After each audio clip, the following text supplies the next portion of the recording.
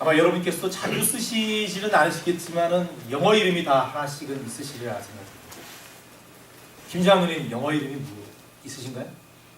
없습니다. 영어 이름 없어요? 예? 그냥 한국 이름 쓰세요? 정혜동 형제는 한국에 이제 미국에 오신 지가 가장 짧으니까 영어 이름 있습니까?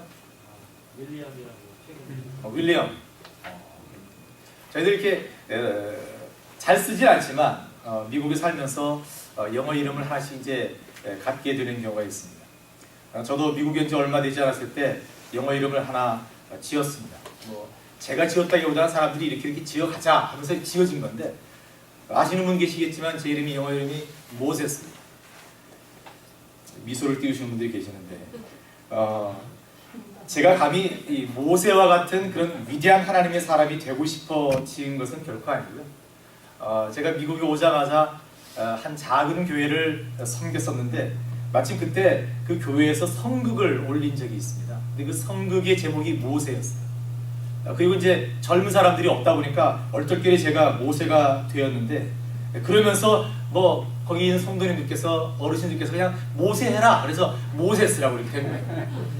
근데 이제 이렇게 되었는데 간혹 제가 영어 이름을 얘기할 때가 있지 않습니까? 그래서 뭐 모세스라고 얘기를 하면 그럴 때마다 그 이름을 말할 때마다 여간 제가 이렇게 부담스러운 게 아니에요. 특히 이제 믿는 사람들은 다 모세가 어떤 사람인지 알지 않습니까? 참 제가 그 이름이 맞는 사람이 아니라는 것을 제 자신도 너무나 잘 알고 있고 또 그것을 듣는 사람들도 너무나 잘 알기 때문에 늘 부끄러웠습니다.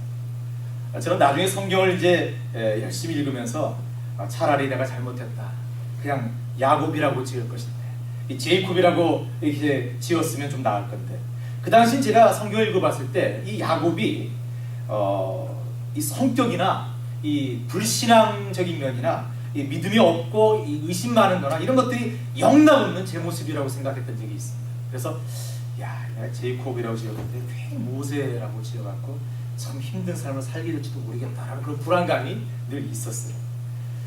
그만큼 저는 야곱에 대해서 조금은 선입관이 좋지 않았었습니다. 그런데 이번에 다시 야곱에 대한 말씀을 계속해서 깊게 묵상하면서 저희란 생각이 틀렸다라는 것을 발견하게 되었습니다. 다시 말씀드려서 야곱은 결코 비난받을 만한 사람이 아니었다는 것입니다. 물론 브엘세바에서의 이 팥죽 한 그릇으로 장자권을 사고 아버지를 속여서 축복을 가로챈 야곱의 삶은 부족한 면이 없지 않아 있었지만, 베델에서 하나님을 만난 후의 삶, 지난주에 말씀드렸듯이 어떤 인생의 터닝 포인트, 하나님을 만난 후에 그 터닝 포인트를 지난 다음에 하란에서의 20년의 삶에는 분명 과거와는 다른 정말 변화된 그런 신실함이 깃들어 있다는 것을 발견하게 되었습니다.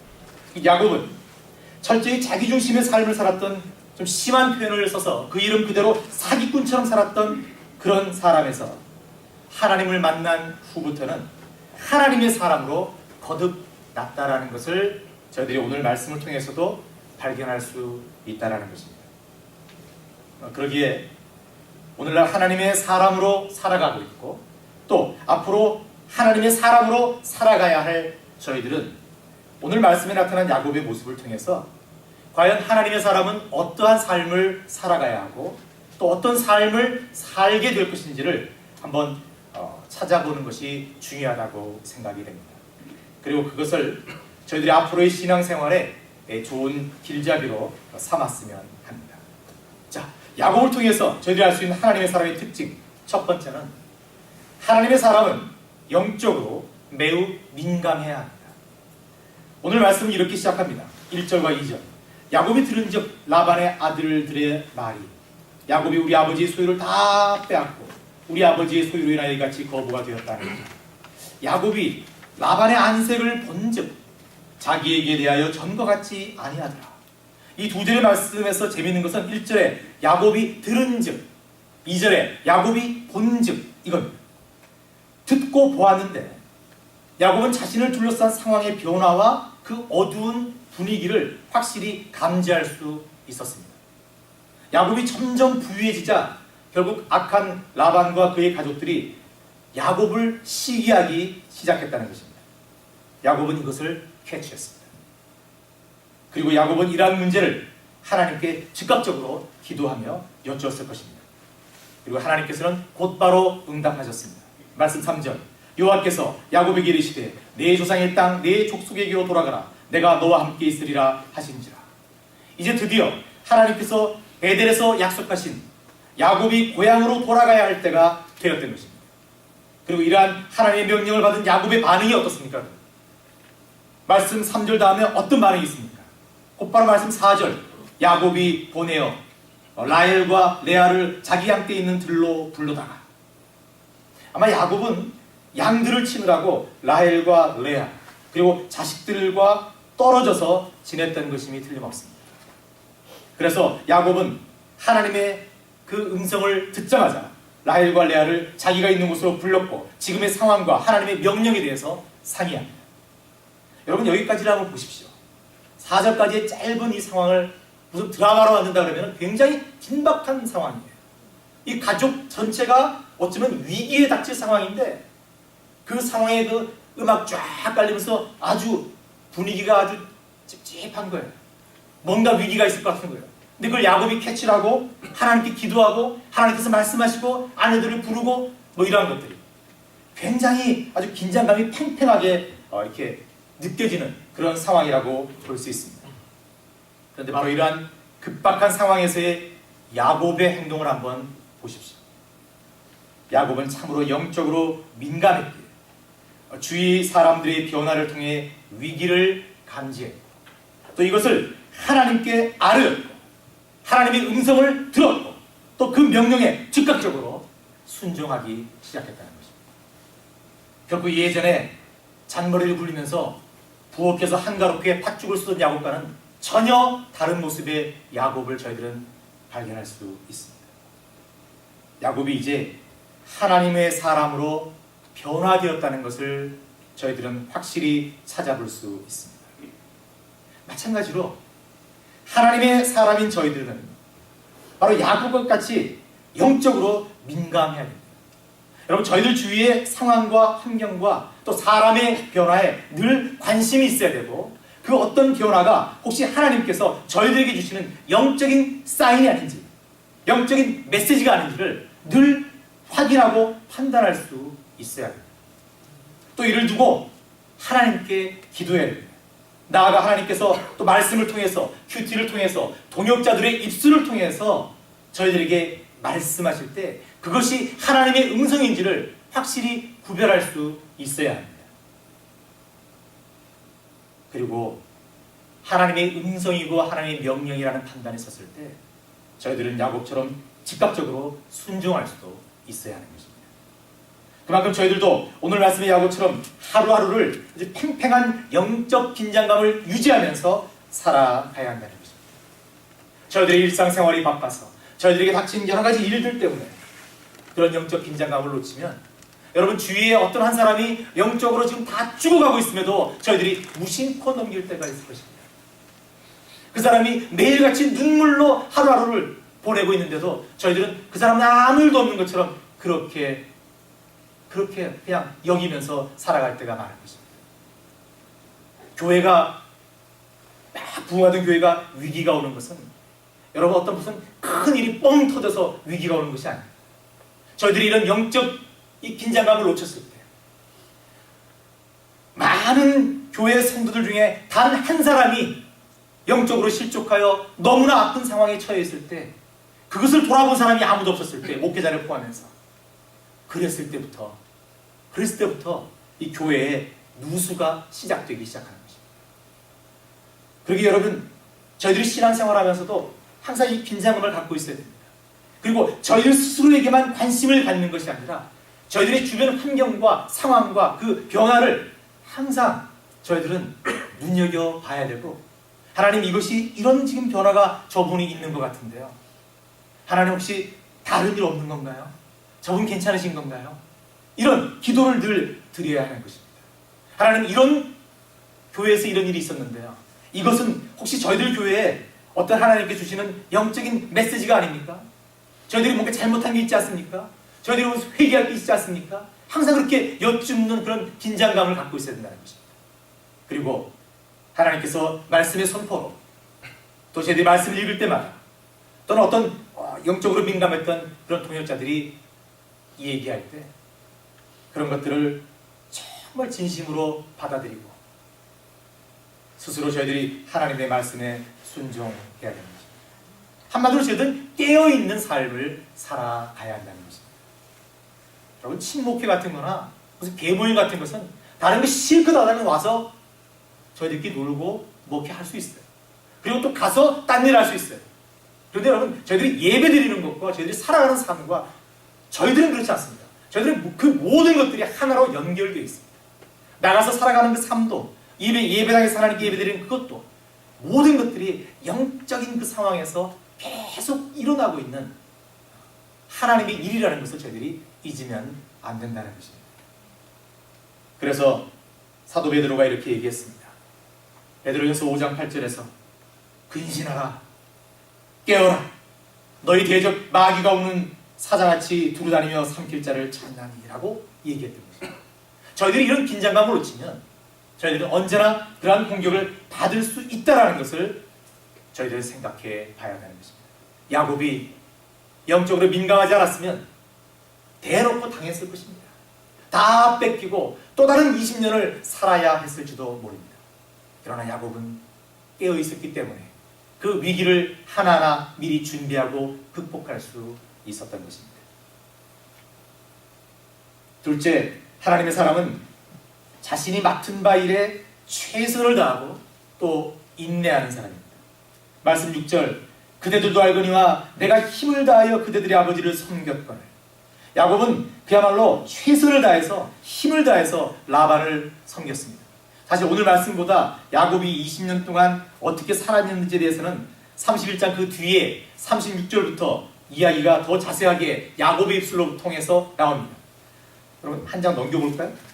38절부터 한번 볼까요? 40절까지 한번 보겠습니다. 제가 읽겠습니다. 31장 38절부터 40절까지. 내가 이 20년에 외삼촌과 함께 하였거니와 외삼촌의 암양들이나 암염소들이 낙태하지 아니하였고 또 외삼촌의 양떼의 수양을 내가 먹지 않았으며 물려 찢긴 것은 내가 외삼촌에게로 가져가지 아니하고 스스로 그것을 보충하였으며 낮에 도적을 맞았든지 밤에 도적을 맞았든지 내가 외삼촌에게 물어내었으며 내가 이와 같이 낮에는 더위를 무릅쓰고 밤에는 추위를 당하며 눈붙일 겨를도 없이 지내었나이다. 야곱이 어떻게 살았습니까? 야곱은 정말 더위를 무릅쓰고 추위를 당하며 눈붙일 겨를도 없이 20년을 일했다는 것입니다. 너무나 성실하게, 너무나 신실하게. 그리고 뭐 하나 빠진 게 있습니까? 물려 찢긴 것도 변상을 할 정도로, 정말 옛날 같았으면 살짝 빼먹었을 야곱이 베들레헴에서 하나님을 만난 이후에는 그 모든 것들을 하나하나도 하나님의 사람에 맞게 신실하게 행동함으로써 하나님의 사람다운 그런 모습으로 살아갔다라는 것입니다. 더 이상 예전의 야곱이 아니라는 것을 저희들은 짐작할 수 있습니다.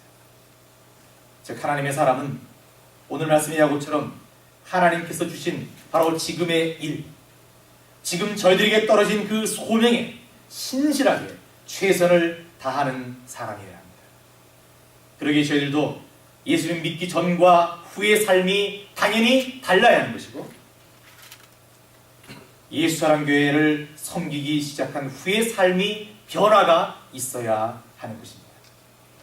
그것은 모든 일에 그 일이 내 마음에 적성에 맞든 맞지 않든, 그것이 크든 작든 귀하든 중요하지 않든 상관이 없습니다.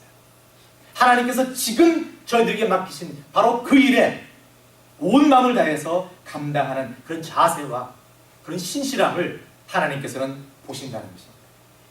물론 이러한 변화는 반드시 인내를 동반하게 되어 있습니다. 여러분, 오늘 말씀의 야곱을 보십시오. 말씀 7절을 다시 볼까요?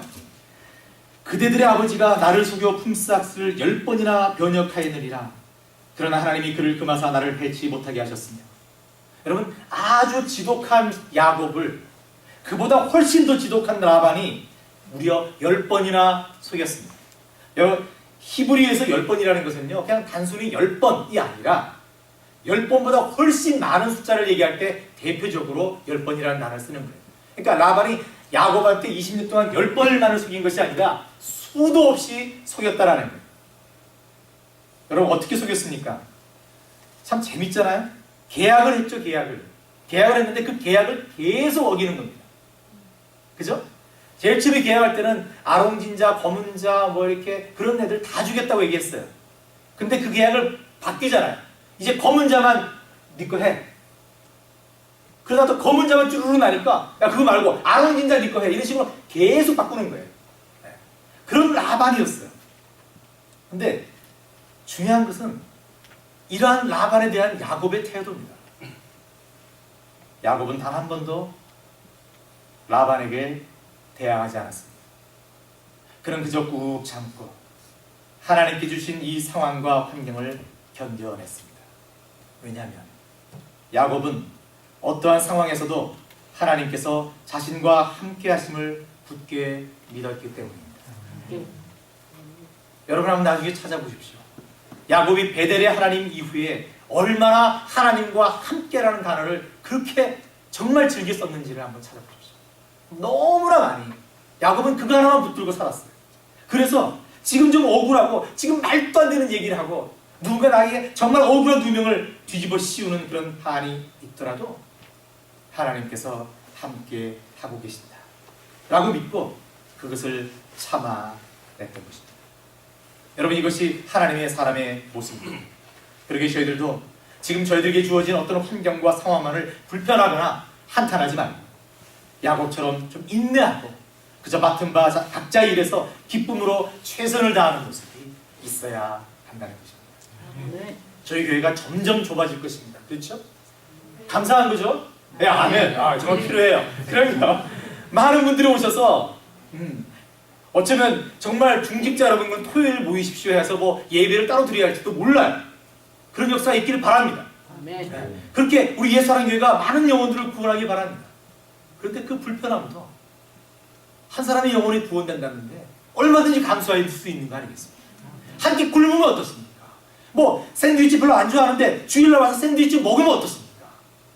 이 좁은 부엌도 없는 곳에서 우리 여성교회 회원들이 밥 준비하는 게 얼마나 힘듭니까 솔직히. 얼마든지 감수할 수 있는 것입니다. 한 사람의 영혼이 하나님께로 돌아온다면 그것이 부흥이죠. 그런 것들은 인내축에도 들어가지 않는 것입니다. 야곱을 보십시오. 저희들이 이런 걸 당했다 그러면은 뭐 미국 같은 나라는 뭐 수를 몇 번 했고, 그죠? 성질 나쁜 저 같은 경우는 뭐 대뜸 몇 살 죽었겠죠. 그런데 야곱은 가만히 있었습니다. 하나님께서 하실 거야. 하나님께서 하실 거야. 그러면서 그저 자신이 맡은 일에 최선을 다한 모습을 저희들은 발견하게 됩니다. 그래서 야곱이 보통 사람이 넘는 겁니다. 야곱이 옛날 야곱이 아닌 것입니다. 세 번째, 하나님의 사람은 당연히 하나님의 놀라운 복을 받습니다. 아멘. 오늘 말씀 8절부터 12절까지 보십시오. 야곱은 지금 어떤 사건을 얘기하고 있습니까? 제가 조금 전에 말씀드린 것처럼 오늘 말씀 앞에 30장에서 야곱이 라반과 함께 자신의 품삯을 정한 사건과 그 진행되어 온 것을 얘기하고 있습니다. 야곱은 30장 32절 33절에서 라반에게 외삼촌 이제부터 뭐 품삯을 얼마나 줄까? 이렇게 라반이 얘기하니까 그러지 마시고요. 지금부터 나는 양들 중에서 이렇게 이런 새끼 생긴 것들, 아롱진 자, 점 있는 자, 검은 자, 염소 중에서 점 있는 자, 아롱진 자를 가려서 이런 것들이 나면 저 주시면 안 될까요? 이거 말고요. 다른 거 예쁘게 생긴 그 흰 양들이나 흰 염소를 제가 갖고 가면요. 제가 그거 다 물어낼게요. 제가 도둑질한 것이에요. 이렇게 얘기를 했습니다. 라반이 생각해 보기에 여러분 라반도 많이 알잖아요. 목축하는 사람인데 라반이 생각해 보기에 전혀 소멸날 것이 아닙니다. 여러분 이 생물학적으로도요. 이 양과 염소에는 점박이나 아롱지고 뭐 이런 것들이 잘 나지 않는데요. 그러니까 그게 소수고 다수가 뭐죠? 진짜 흰 거, 뭐 그런 것들이 다수예요. 라반이 아무리 생각해도 그것은 맞다는 거죠. 손해볼 게 없는 거예요. 그렇다니까 라반이 그렇게 하자라고 한 거예요. 근데 여러분 라반이 얼마나 못된 사람이냐면요. 보셔야 됩니다. 3장 34절 라반이 가로되 내가 내 말대로 하리라 하고 계약이 체결됐어요. 그렇게 하자. 그렇게 한 거예요. 근데 그 다음이 도중에 그날에 계약한 바로 그날에 그가 수염소 중 얼룩무늬 있는 자와 점 있는 자를 가리고 암염소 중 흰 바탕에 아롱진 자와 점 있는 자를 가리고 양 중에 검은 자들을 가려 자기 아들들의 손에 붙이고 자기와 야곱의 사이를 사흘길이 뜨게 하였고 야곱은 라반의 남은 양떼를 치니라. 무슨 얘기입니까, 여러분? 야곱과 계약을 그렇게 했어요. 그리고 그 원천을 봉쇄하는 겁니다. 지금 눈에 띄는 모든 점 있는 자들, 얼룩진 자들 그런 것들을 다 모아서 야곱이 양치는 그 뽀얀 것들과 사흘길을 띄워놓는 겁니다. 그래서 이 양들과 그러니까 사랑을 못 나누도록, 그래서 이상한 새끼를 낳지 않도록 그렇게 만드는 거예요. 그날. 근데 그러면 지금 야곱이 라반의 남은 양떼를 치니라 해서 라반의 남은 양떼에는 아롱진자나 검은자나 점박이가 있습니까? 없습니까? 한 마리도 없습니다. 근데 야곱은 그냥 그 양을 치는 거예요. 그리고 그 다음부터 야곱은 자기 나름대로 20년 동안 양을 쳤으니까 나름대로 배웠던 그 노하우를 이용해서 아롱진자, 검은자를 만들려고 합니다. 그래서 뭐 굉장히 거창해 보여요. 버드나무와 살구나무와 신풍나무의 푸른 가지를. 저는 이거 옛날에 읽을 때 야, 어떻게 그때 그 유전공학을 알았을까? 대단하다. 어떻게 야곱이 그걸 알았을까? 그랬는데요, 이 과학자들의 분석에 따르면 이거는 유전공학하고 전혀 상관이 없다고 합니다. 아무리 그렇게 세워놔봤자 그런 양들이 태어나지 않는다고 합니다. 이건 하나의 그 당시에 유행했던, 목동들 사이에서 유행했던 미신이에요. 근데 실제로 그렇게 나지 않습니까? 이제 계속 그런 것들이 나기 시작해요. 왜일까요? 어떻게 설명할 수 있습니까? 이게? 하나님께서 하시는 것이죠.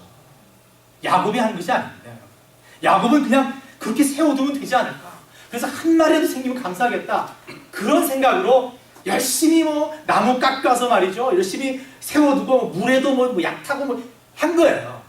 근데 지금 과학적으로 증명해보면 아무것도 소용이 없다니까요. 하나님께서 그러한 신실한 야곱에게 복에 복을 더한 것입니다. 그렇기 때문에 고작 6년밖에 지나지 않았는데 라반이 갖고 있는 것보다도 야곱이 갖고 있는 것이 더 많아지는 그런 이상한 현상이 생기게 되었다는 것입니다. 이것이 바로 하나님의 역사입니다. 야곱은 현실적으로 결코 거부가 될 수 없었음에도 불구하고 하나님께서 복을 그야말로 퍼부어 주셨기 때문에 이러한 역사를 체험할 수 있었던 것입니다. 그리고 오늘 말씀의 12절 끝을 한번 보십시오. 저는 이 말씀도 굉장히 중요하다고 생각하고 저희들이 정말 가슴에 새겨야 되는데, 모든 것들이 다 이렇게 희한하게 얼룩덜룩한 것들이 다 나기 시작했어요. 그래서 다 야곱의 재산으로 갔어요. 근데 천사가 이런 말을 하는 겁니다. 라반이, 하나님께서 하시는 말씀이죠. 라반이 내게 행한 모든 것을 내가 보았노라. 무슨 말입니까? 하나님께서는 야곱의 그 신실함도 늘 지켜보시고 기뻐하시지만 하나님의 자녀인 예수 그리스도의 제자인 야곱이나 저희들의 삶을 통해서 저희들의 삶에 늘 괴롭게 하거나 저희들의 상황을 악하게 만드는 그 모든 그런 것들도 늘 지켜보고 계신다는 겁니다. 그래서 라반이 가진 것을 6년 만에 야곱에게 옮기신 것입니다. 저희들 이것을 잘 묵상해야 됩니다. 그러니까 저희들도 어떤 하나님의 자녀로서 악한 일을 하면 안 됩니다. 왜? 하나님께서 다 감찰하시니까. 조심해야 되는 거죠. 바로 이 말씀에도 결국 악인은 망하고 의인은 흥한다는 하나님의 공의가 그대로 나타나고 있는 것입니다. 더욱 감사한 것은 바로 야곱에게 임했던 하나님의 놀라운 복은 오늘날 저희들에게 그대로 이어져 내려오고 있습니다. 여러분, 저희들도 이러한 복을 얼마든지 누릴 수 있고 누리고 있습니다. 그러기 저희들은 지금의 현실이 조금 부족하고 모자라고 불편하고 어렵다 하더라도, 아니 상대적으로 누군가가 저희들을 괴롭히거나 저희들을 험담하거나 저희들을 억울해하고 힘들게 하고 그런 마음을 다치게 하는 그런 상함을 받는다 할지라도 너무 좌절하거나 슬퍼하지 말기를 바랍니다. 왜냐하면 하나님께서는 하나님의 사람인 저희들의 신실하심도 지켜보시고 저희들을 힘들게 하거나 어렵게 하는 그 모든 환경과 상황도 역시 보고 계시다는 것입니다.